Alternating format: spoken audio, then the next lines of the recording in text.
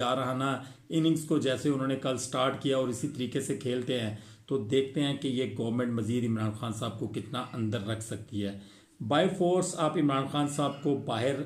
नहीं निकाल सकते, लेकिन आप एक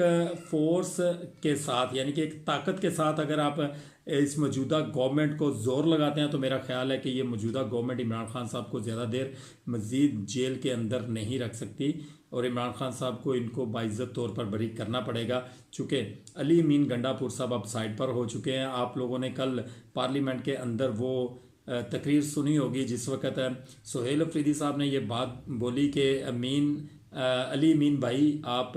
ने जिस अंदाज से अपना इस्तीफ़ा पेश किया और बार बार पेश किया तो मैं आपके उस